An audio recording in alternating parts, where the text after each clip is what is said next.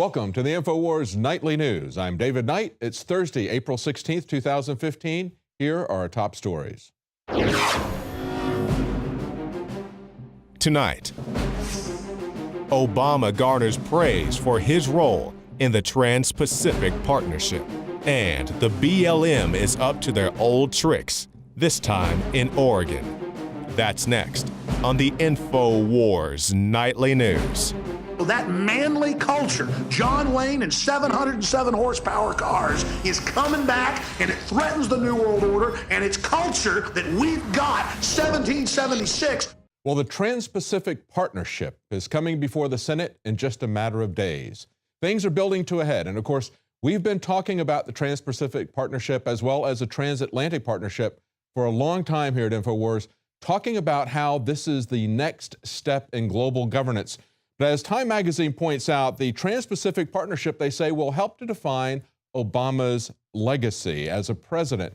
It is also going to define who these senators are that want to be president, especially the ones in the Republican Party. Senators like Rand Paul, Ted Cruz, Marco Rubio, and others will have to watch them very closely to see what they do with this fast-tracked treaty that is now coming before the Senate. Of course, we've seen details that have leaked out about the sovereignty-destroying aspects of this. Going back to NAFTA, you don't need to have a 1,000-page agreement if you want free trade. There's something else there when it's that large. And of course, this is an agreement that has been negotiated in secret by corporate lobbyists for many, many years. And our elected representatives have not been allowed to see it, or if they see it, they're not allowed to talk about it. And it's going to come before the Senate. They're going to have to, as part of the fast-track process, vote on it very quickly. They will not be allowed to offer any amendments. It'll be an up or down, take it or leave it, all at once. This, again, is going to be coming up in the next few days. Let's take a look, though, at NAFTA's legacy, because when Obama presented this to people, he said, of course, mistakes were made with NAFTA. We're not going to do that again. And yet he has many people in his close cabinet of economic advisors who wrote NAFTA. Let's look at what NAFTA has done for us. And of course, this is a bipartisan effort. It was Bill Clinton that claimed that NAFTA would create an export boom to Mexico. He said it would create 200,000 jobs in just 2 years. And remember, both Clinton and Bush number one were both in favor of NAFTA at the time. But what have we really seen? Not 200,000 new jobs in 2 years, but we have seen 682,000 jobs gone. 61% of those in manufacturing. And of course, other organizations like the Chamber of Commerce that want to promote this are telling us, well, look, we've had jobs created. They're not looking at the net number of jobs. They're just looking at jobs that were created by exports, not jobs that have been lost due to imports. Let's take a look at the deficit side of this. That's the other part of the economic news. Look at this chart from the same article. You can see that immediately after passage, we have the largest trade deficit the U.S. had ever seen, right after it, and it never got smaller. That trade deficit, that massive trade deficit, continued for a number of years, and then it grew. And for the last 14 years, we have had 14 record trade deficits. So it's not just a loss of income, which comes with a loss of jobs, but as we go into debt, there is a loss of wealth. And we can see that in terms of multinational corporations and foreign governments coming in and basically asking for our resources from our senators, who then turn it over to them. That's what we saw happening with the BLM, trying to do that in Nevada. We see that going on. John McCain has been successful in doing that in Arizona. We're going to be talking to someone at the end of the program where we see the end game being played with the miners in Oregon. But it's not just America. And of course, it's not really a failure. And it's not just about economics either. It would be a mistake to see this simply as an economic failure, as bad economic policy. No, it's doing precisely what it was designed to do. And the other part of this that mainstream media is not talking about is the loss of sovereignty. The fact that this is something that has been part of the long-term plan to create global governance by multinational corporations. You can see it very clearly now. We now see that as they've created these regional consolidations like NAFTA, like the EU, now they are consolidating those regions into a global governance. That's what the Trilateral Commission was all about. And again, that was Carter's chief of staff, Zbigniew Brzezinski, who created the Trilateral Commission. It was going to be North America, Europe, Asia. And that's where we see these trade agreements and now the consolidation. And so they're coming out of the closet telling us, oh yeah, NAFTA was about sovereignty all along, but don't worry, this is about simply trade. It's not simply about trade. We can see that's happening. We need to stand up en masse and take it down. And as I point out, it's not just here in America. This same thing is happening in Europe. People who are trying to renegotiate the treaty, the European Union treaty, especially those in the UK, are now seeing that even at this stage, the EU is saying they're not going to listen to the treaty. They're not going to abide by the process, the rules that have been set in place. We see this story from RT saying that Juncker doesn't have authority to delay the EU treaty changes, say Tories. Now, this is the guy who is the president of the European Union Commission. And they say a growing number of bureaucrats oppose Prime Minister David Cameron of the UK. They oppose his demand for EU treaty renegotiation. They're fearful of a quiet democratic revolution that is coming out of the EU citizens' will to protect the sovereignty of their national parliaments. And so what they're going to do is they are going to delay this until they have time to consolidate this more. And as I pointed out, one of the Conservative Party members said treaty change is entirely a matter for the member states using the Commission as secretariat. They're saying he's asserting powers that he doesn't have. Isn't that interesting? We see that all the time, don't we? And yet, it was just a couple of weeks ago that we saw people like the head of PIMCO, the world's largest bond company, saying we were going to have a United States of Europe for this to work. That these defaults that were coming from Greece and others were going to break apart the European Union unless they asserted sovereignty. So you can see there again, it's not simply a trade agreement. It is not a free trade zone. This was always about creating a United States of Europe. Now the head of the bond company, the world's largest bond company, PIMCO, is saying it. We've also had Alan Greenspan saying exactly the same thing. So they're telling us where this is headed. This is clearly a case of international sovereignty being lost to these corporations. So we all need to stand up, pay very close attention to this, and pay attention to what the senators do, how they vote on this. That will tell you who really owns them or if they're their own man. Now, in other news, we see that we're also learning that from the mainstream media, finally admitting what we've been telling you for 5 years, that the TSA has been condoning systemically sexual molestation, sexual crimes against adults and against children. Now they're coming out and saying it. We have this story from Time magazine saying former TSA agent says the groping scandal is business as usual. And of course, there's a recent story that we've covered here at InfoWars about 2 TSA screeners at the Denver International Airport manipulating the full body scanners so they could grope men's crotches. They say, however, over the course of 6 years of the TSA, the leveraging of rules and surveillance tools to abuse passengers was a daily checkpoint occurrence.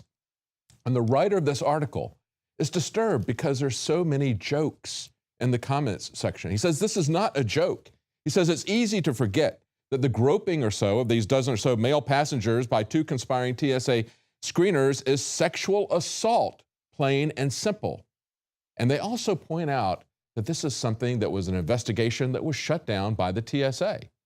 There are no criminal charges being brought against these screeners.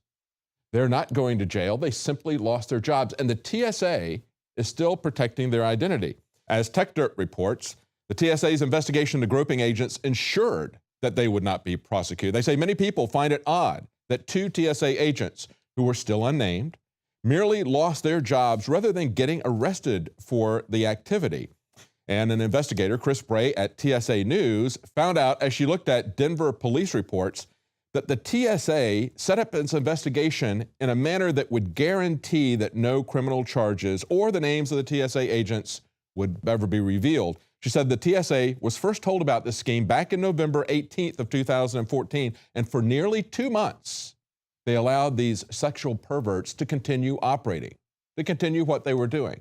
Did not notify the police. If they had told the police could have observed what was going on. They could have arrested these individuals. Instead, what they did was they didn't tell the Denver police until after these individuals had been fired and were long gone and said, well, we're not going to tell you who they are. That's kind of like, as I point out in the article, kind of like reporting a fire long after the building has burned down and there's nothing but a bunch of cold ashes there. And I just want to point out to you that we have been mocked and criticized by the mainstream media for over 5 years for pointing out that this is systemic perversion in the TSA. Take a look at this report from April 26, for example, 2012. The TSA is still groping children at airports, reported. And they said the agents are coldly referring to kids as suspects. Steve Watson pointed out in this article, a 4-year-old girl was called a suspect and ordered to undergo a full pat-down by TSA officers after hugging her grandmother during the screening process. And then, of course, Paul Joseph Watson pointed out, also in 2012, FOIA letters, Freedom of Information Act request letters, reveal shocking cases of TSA groping genitals. See, when we said they're groping genitals, everybody said, oh, you're exaggerating, you're overstating the case, it's hyperbole, it's not that bad, we have a legal system. We don't have a legal system that protects us anymore. We have a criminal agency that is covering up and creating this kind of atmosphere where the public gets sexually molested. It's a power play, as Alex has pointed out many times. Listen to this article from 2012. Hundreds of letters of complaint about the TSA's invasive security procedures released this week, that was 3 years ago, under the FOIA request, include numerous horror stories about TSA screeners directly touching people's genitals during pat-downs. The letters confirmed what we first reported back in 2010, 5 years ago now, that the TSA's new security procedures for advanced pat-downs include literally touching and, in some cases, groping the genitals of travelers. And as a final comment, I would say take a look at this article from 2014, last year. We pointed out that there was a case of a pervert in an airport who was going around, he dressed up as a TSA screener, and he was going around and feeling people, yet the victims didn't realize that this guy was an imposter, even though he was drunk. Do we realize that the real imposter that we see before us is the TSA, is Homeland Security? They are drunk with power, and they are molesting the American public, and the American public can't even see it. Stay with us right after the break. We're going to talk about the real roots of our problems and surveillance. And it's not just the war of terror. It goes back to the war on drugs. That's where it all began. And we're going to see some amazing statements by some Republican wannabe presidents. Stay with us. We'll be right back.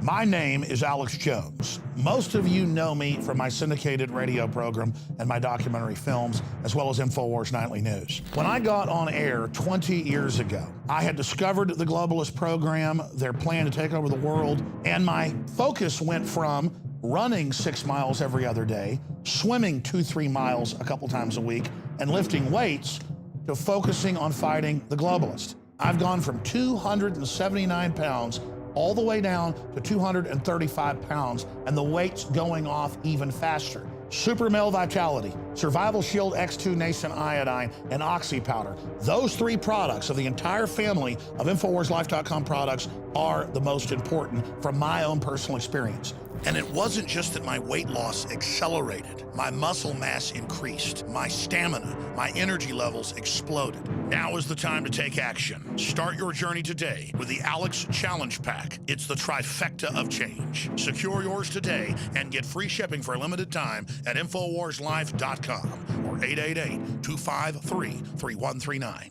The knowledge of the ancients, tried and true, trusted herbs and extracts fused with the latest nutraceutical science. Introducing the all-new Ancient Defense Herbal Immunity Blend, crafted with over 14 key ancient herbs and extracts to supercharge and prepare your body for what experts admit is the most dangerous season of the year. We have rejected hundreds of other formulations in our quest to bring you what is simply the most powerful and comprehensive proprietary formula that we have ever created in the realm of herbal immunity. For the last 2 years, our team has been working with top doctors, nutritionists, and chemists to develop the ultimate nutraceutical formulation. Experience the benefits of combining over 14 ancient herbs and extracts with exciting new advances in nutraceutical science. For a limited time, get 25% off on this introductory offer. Visit ancientdefense.com or call 888-253-3139. ancientdefense.com.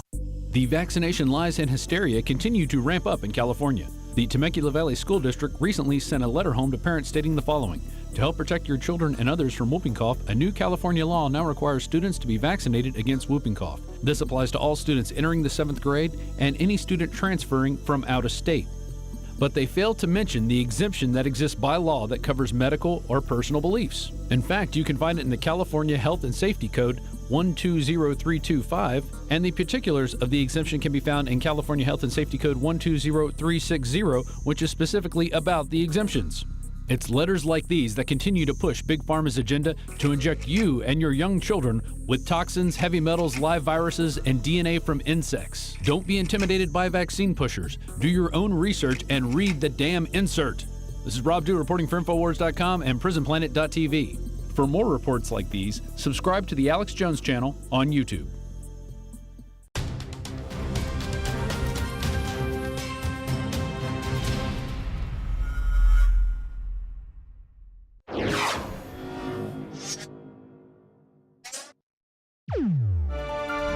Welcome back. Now, it's not just the TSA that is coming up for consideration in just a few days.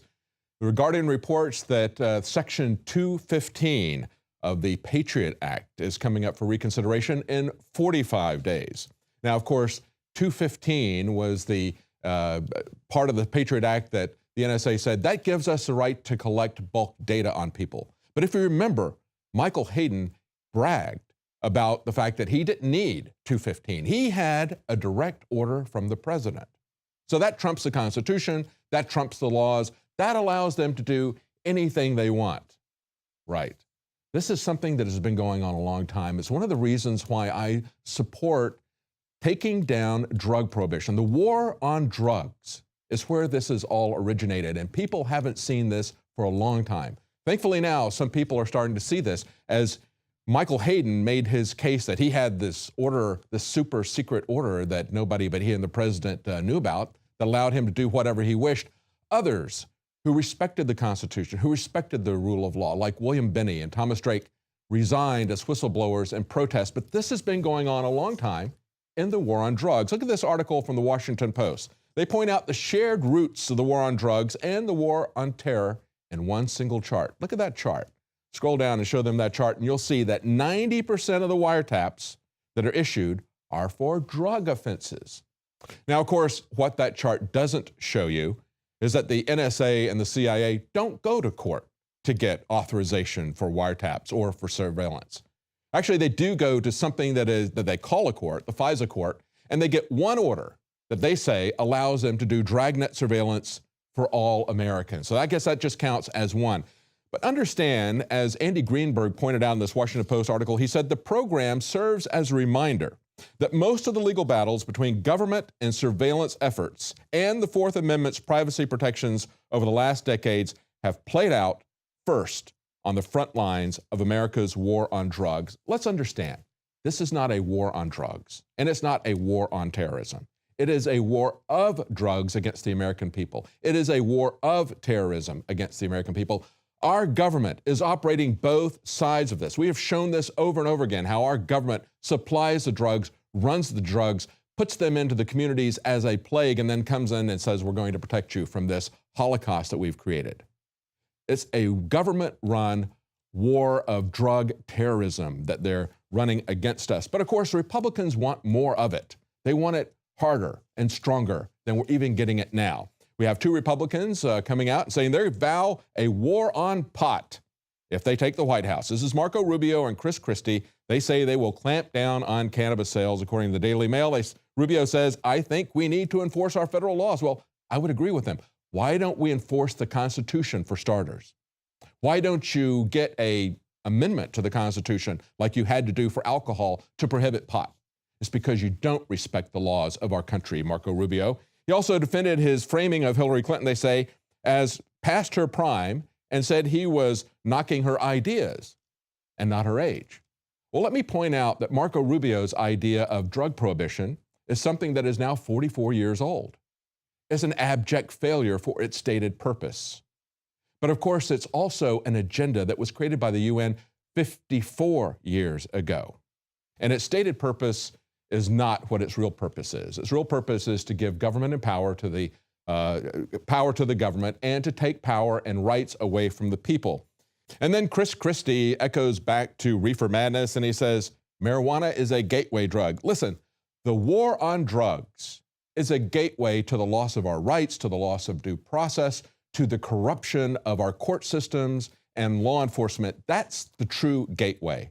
That represents a far greater danger to us than individuals, and you can't solve the drug problem for individuals with law enforcement.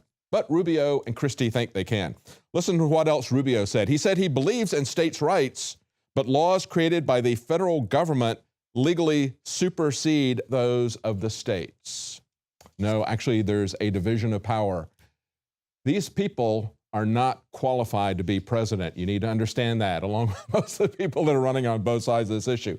Let's understand really where the war of terrorism is coming from. As I said before, it is a war of drugs of our government against the people. It is also a war of terrorism by our government against the people, terrorizing us. This is put out in some interesting format today. We have an article that shows a graph from a site that actually lists the number of people killed by cops over the last 15 years. An article on Infowars.com research shows cops kill thousands more Americans than terrorists. Americans are constantly warned every day there is a deadly threat from terrorists, but there's far more immediate and deadly threat to Americans across the nation, one that can strike at any time, one that has killed untold thousands more than lost their lives on September 11th, 2001, and every other terrorist incident combined since then. The threat is the police. Now, if you look at this map, scroll down, look at this map. If you go to the article, you can actually zoom in on that map. You can hover over each of these individual incidents here. You can see how many people were killed and how they were killed in different areas. But as they point out, this organization that put together this data says that it only captured about 35% of total police killings since 2000 so far. So at best, this map represents a minimum of police-related killings over the past 15 years. It's very difficult to get this information. They don't report on this information about themselves. And if you look at that map, as you hover over individual dots, you will see whether or not anybody was convicted of that. And as he points out in this article, Steve Watson says, by those calculations, around 16,000 Americans are likely to have been killed by police in that time, over 1,000 every year. And remember, as we pointed out, just over the first 3 months of this year, we've already had over 300 people killed nationally by the police, as reported by the media. Some people that have totaled that up. It is actually increasing, not decreasing. We need to have a discussion as to what the purpose of law enforcement is. Is law enforcement a standing army? How can we have law and order in this country if our police are lawless and brutalizing the citizens? Stay with us. We're going to take a break, and right after the break, we're going to talk to someone from the Galice Mining District, the area where the BLM is threatening to take over a gold mine by force and not giving any explanation. Stay with us. We'll be right back.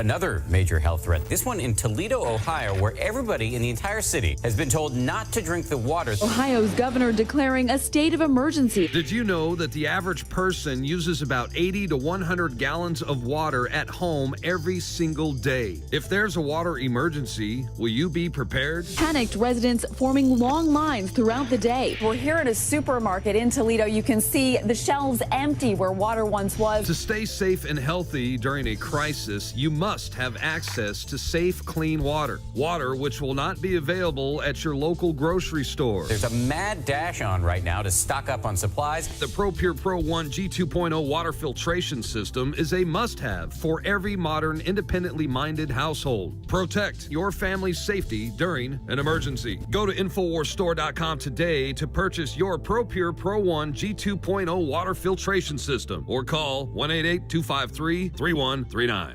InfoWars Life and InfoWarsLife.com is extremely excited to announce our latest release, Winter Sun, a revolutionary type of vitamin D3. Winter Sun is a premium quality vitamin D3 nutritional supplement. It is produced by extracting oil from healthy, nutrient-dense plants known as lichens. Every batch is analyzed for purity and D3 content. It's completely free of toxins and allergens. Simply put, if you want the best at an extremely low price, this is it. Winter Sun is the result of our our pursuit of the best source of vitamin D3. The research and development took over 2 years, but the result, as verified by independent laboratories, is the best vegan vitamin D3 product in the world.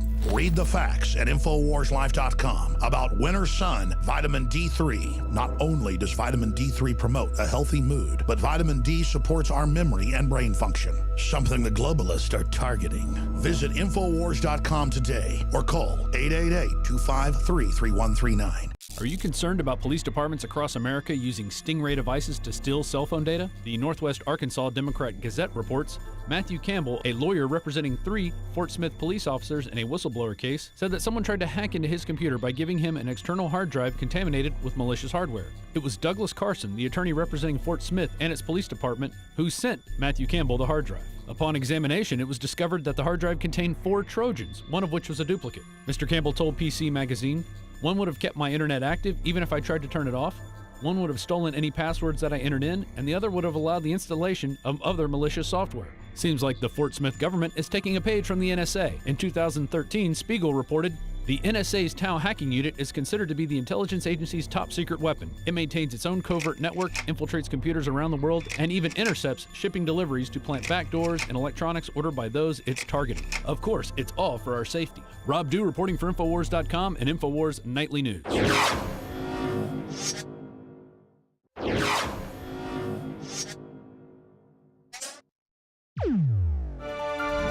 Earlier this week, we reported on a situation that looks like it may be coming to a head in just over a week. Some miners in southern Oregon have been given a deadline to clear out of a mine that they've had since the 1870s.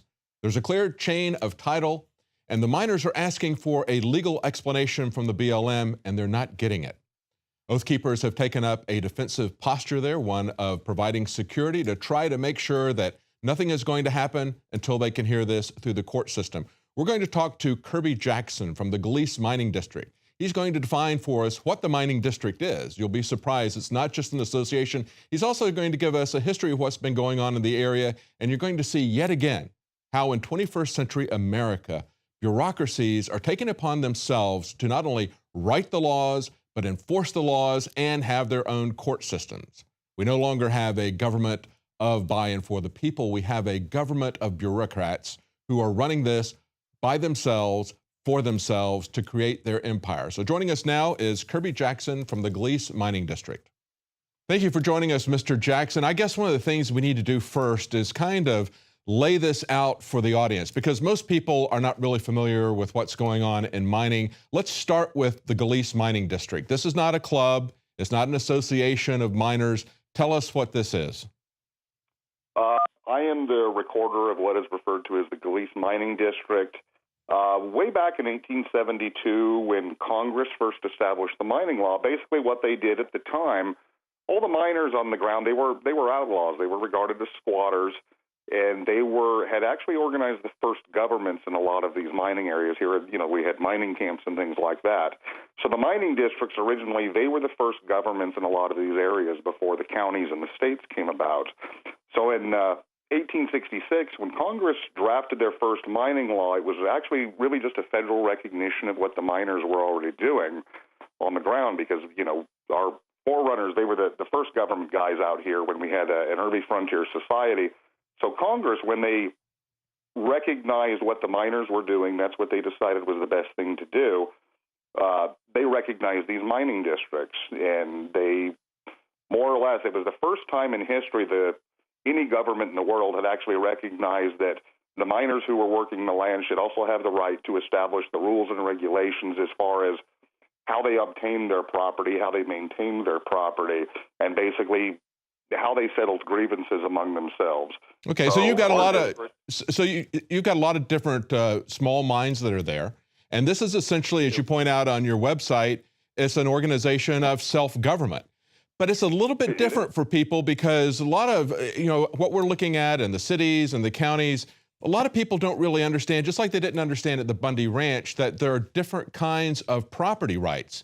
You're not saying that you own everything there. You've got mining rights, just like he had grazing rights or water rights. We have hunters who have rights to hunt as they're on the land. So there's all these different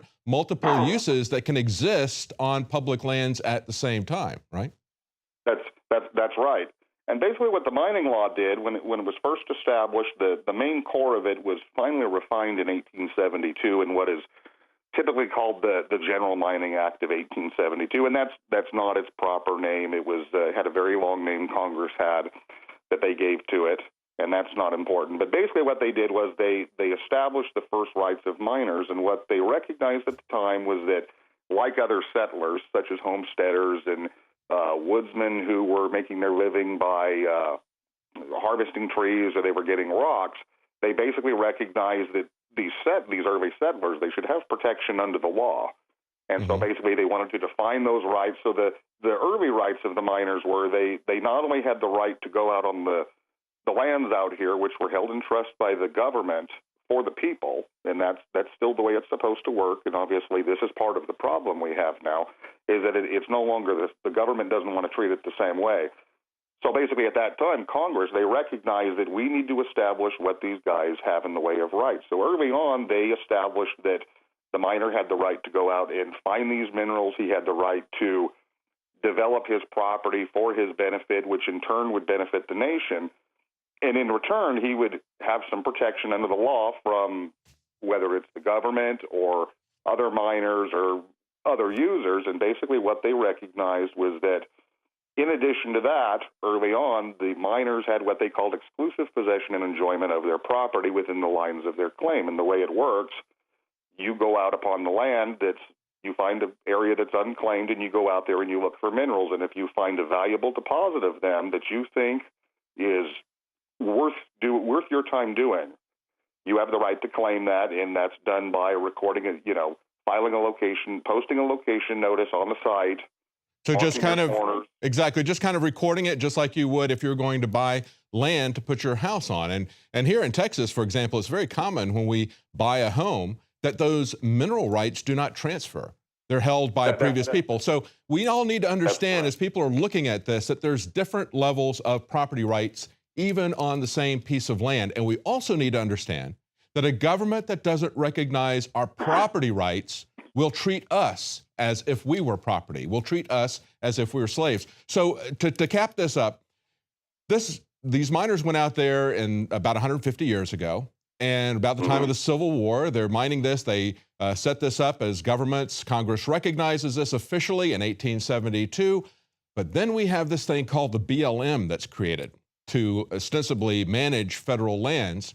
And let's go to 1955. In 1955, there's a Surface Resources Act, and I think this has something to do, at least the BLM is claiming that it has something to do with this particular case. So explain that to us and explain how this older mine, which goes back to the early 1870s, is grandfathered in and not affected by this 1955 Surface Act.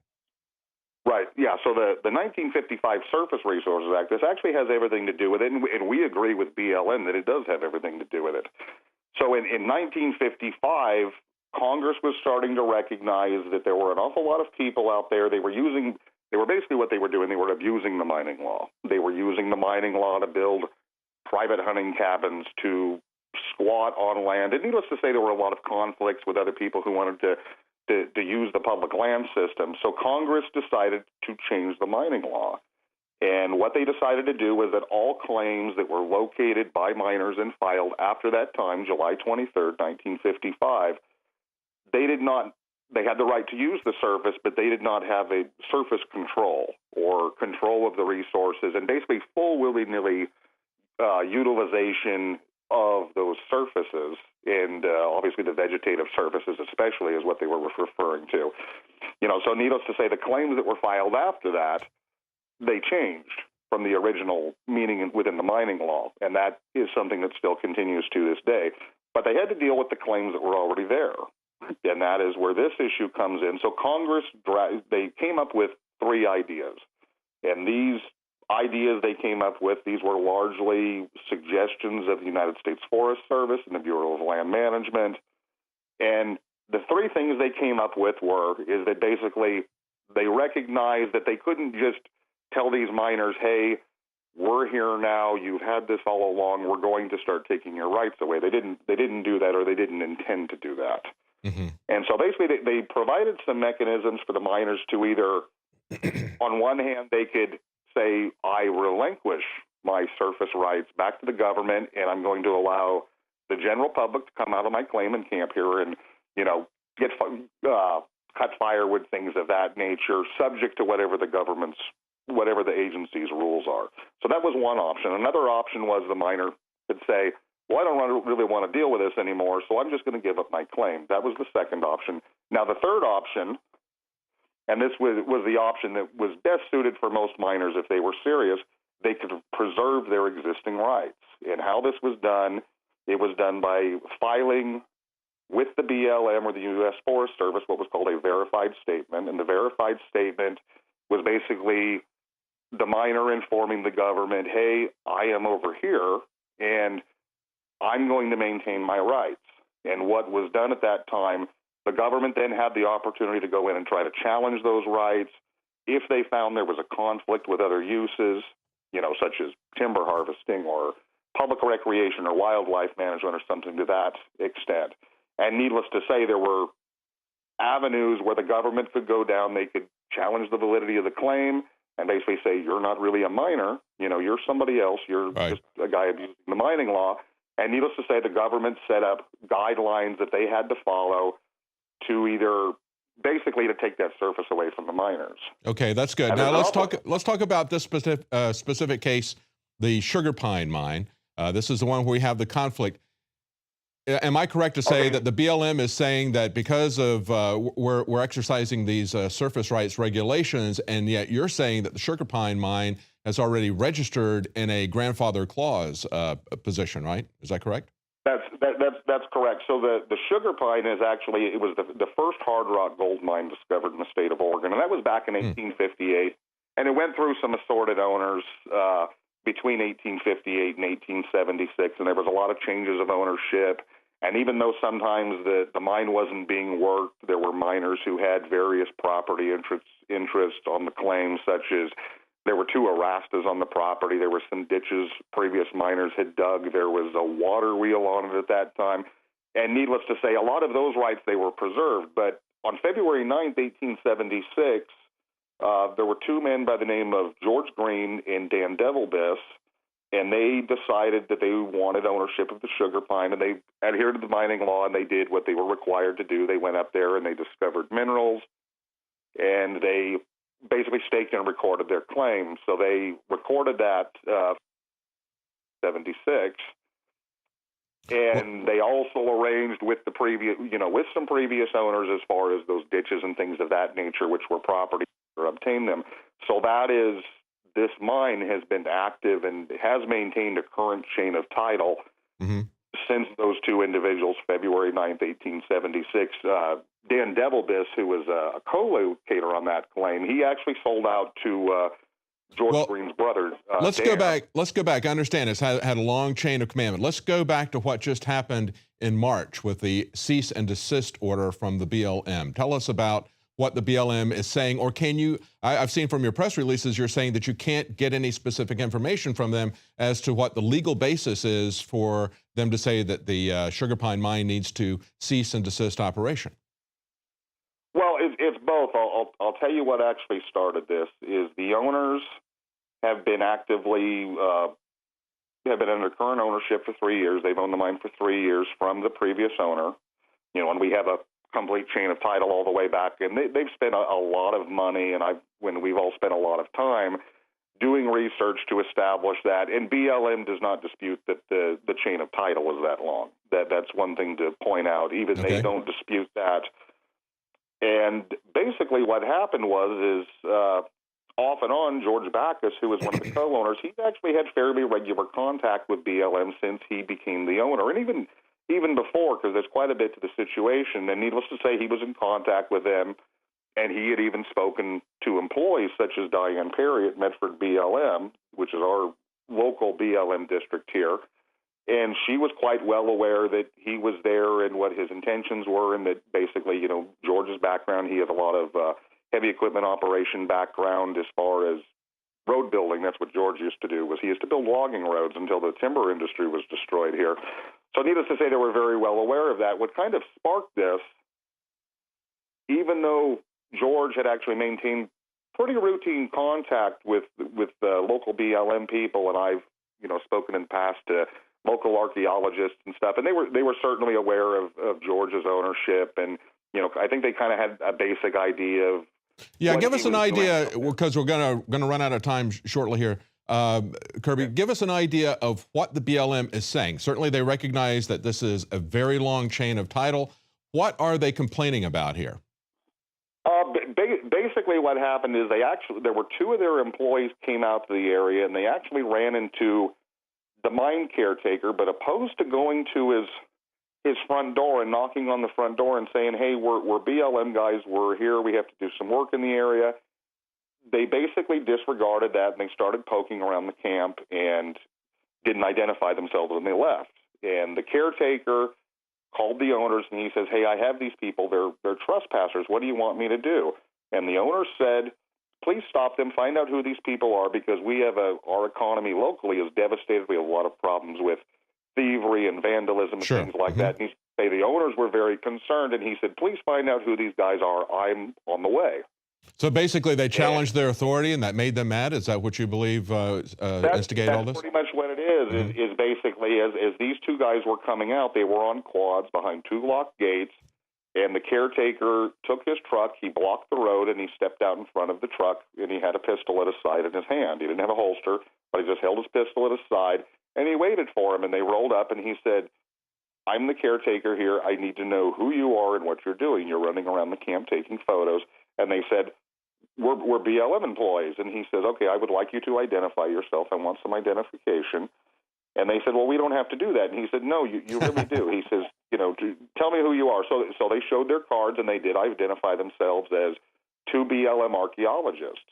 And he said, "Okay, that's fine." He said, "You guys have a job to do. You guys can, pretty much do as you need." But he said, in the future, he says, this is a pre-55 claim. He says, we do have surface rights. He says, in the future, please call the owner, or he says, come out here and knock on the door and just let me know you're out here so I know who you are. And, if you guys are out in the woods and you don't come back for a reason, that, if you guys get in trouble, I can help you guys out. So then you start getting unexplained bureaucratic charges brought against you after that. And kind of what happened was, instead of these guys saying, "Hey, that's very reasonable," they went back and they actually filed a complaint about the caretaker, and they basically said he threatened them, which he did not. He has signed an affidavit of record that he did not do that. They basically sicked the BLM special agent on him, and he is a very young guy, very hardworking. He's in his 20s. He actually took over as caretaker because he had some equipment at his mine actually stolen, and he kind of really didn't have a lot to do. So that's why he got together with George and Rick, and they brought him in there. Let's talk about we're almost out of time. Hang on, Kirby. We're almost out of time. Let's get to where we are currently at this point. They've hired legal counsel who's tried to ask the BLM why they're getting a cease and desist order. And of course, as I mentioned at the beginning, the BLM gave them a deadline of the 25th, which is a week from Saturday, to get out, and to basically remove all equipment, destroy all buildings, and fill in the mine tunnels. So tell us exactly where this is at the moment. So that's exactly what happened. There was a lot of going back and forth, us requesting information, them not supplying it, Freedom of Information Act requests being ignored. So then they send this notice of noncompliance saying, "You guys need to stop. We're going to do this if you don't." And so the owners, they consulted with an attorney. So that is where that situation is. And in the meantime, despite that, BLM continue to keep coming out there. They're basically sending law enforcement guys out.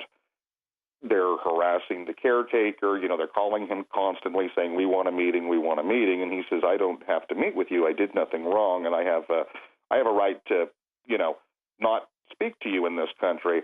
And kind of where it went from there is one day George and the caretaker were on the mine, and there were two BLM law enforcement guys turned up, and one of them was a county deputy by the name of Jason Stanton, and he's a deputy. And we had actually, we've had meetings with the county sheriffs here. We've had a very good relationship with him. And he came out and he says, you guys got a stop order. He says, I'm here to give you another one.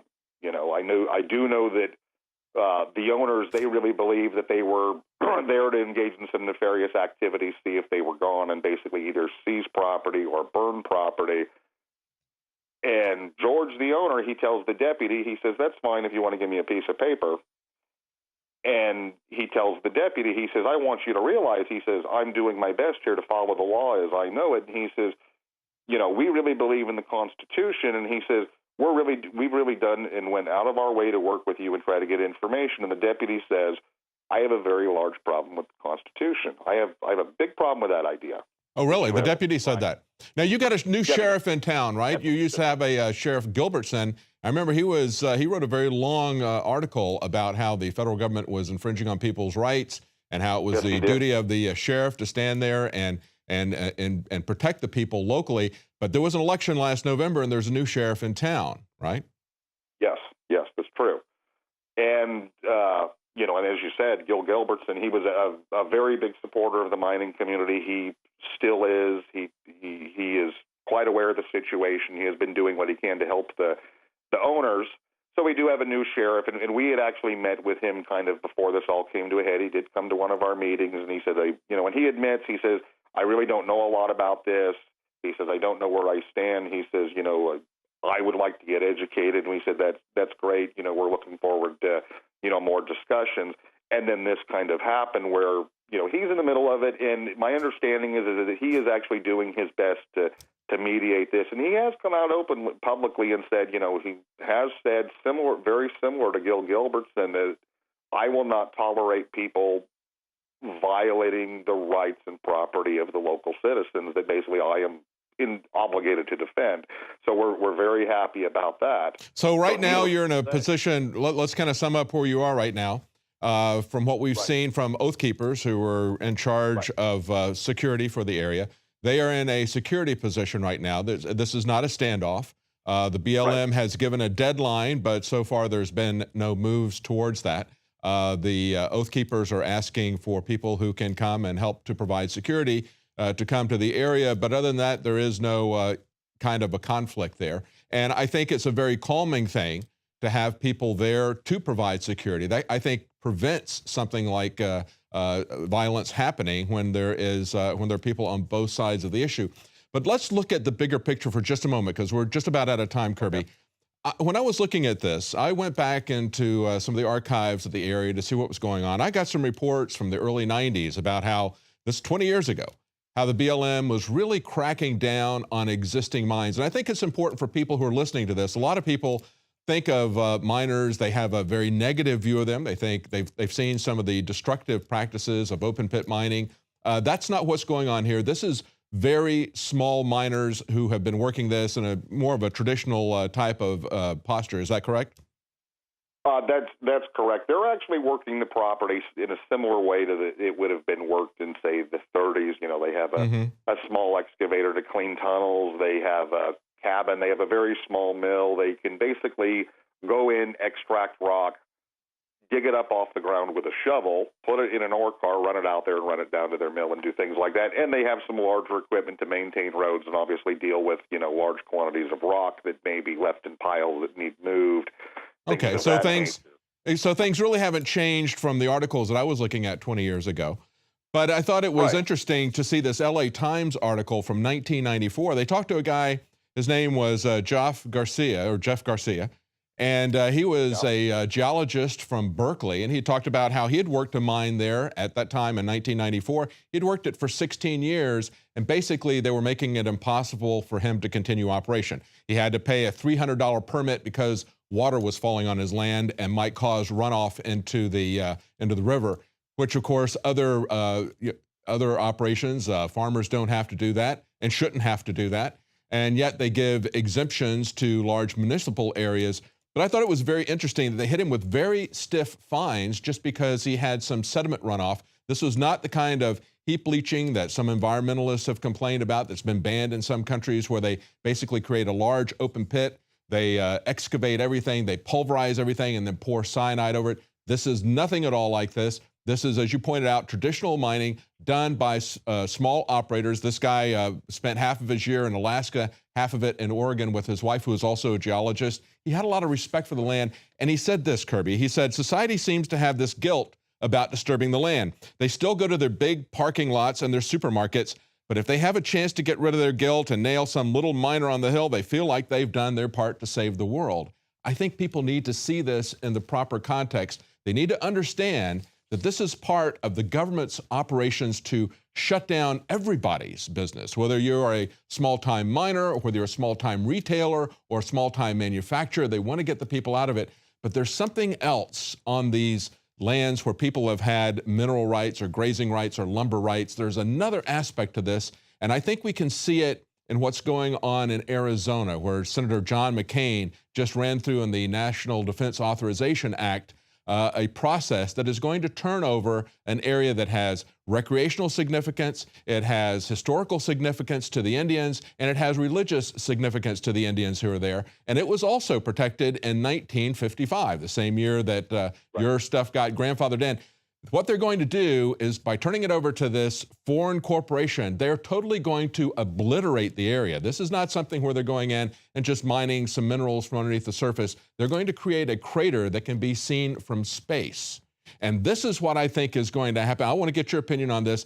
This is what I think the end game is in all of these struggles, running the people off the land. Because when we were at the Bundy Ranch, he was the last rancher still in business. They had run everybody else out of business with phony endangered species claims. And of course, the desert tortoise that they were supposed to be protecting, they had rounded these things up, euthanized over 1,000 of them because they said they didn't have the money to feed them. Yet they were financing an army to come against the Bundy family and to come against people who would be on the land without their specific permission, attacking and assaulting people who were doing it. So when people go onto the BLM's land, they felt they had a right to assault and attack people, and yet when the BLM goes onto a gated property there in the Galice Mining District, they get very upset if they're even asked to provide identification.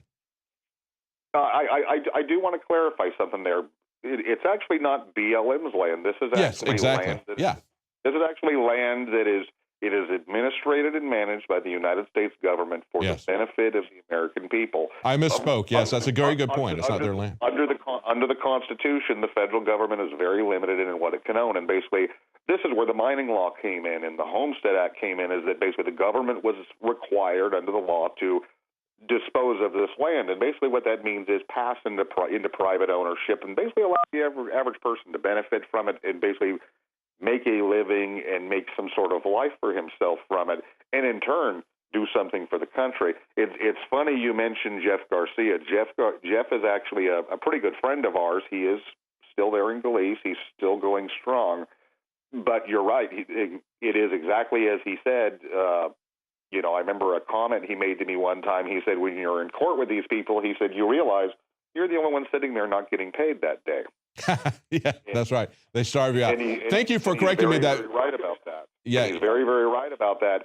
And I am aware of the situation down there in Arizona with the Apache land, and that is not something that we support. I mean, obviously, we do support mining, and we recognize that we need the minerals, and our society we do utilize a lot of minerals. Almost everything we use is a mineral. It derives from it. Basically, we all always say, if it can't be grown, it must be mined. So we do need the minerals, but at the same time, most of us who are in the mining community.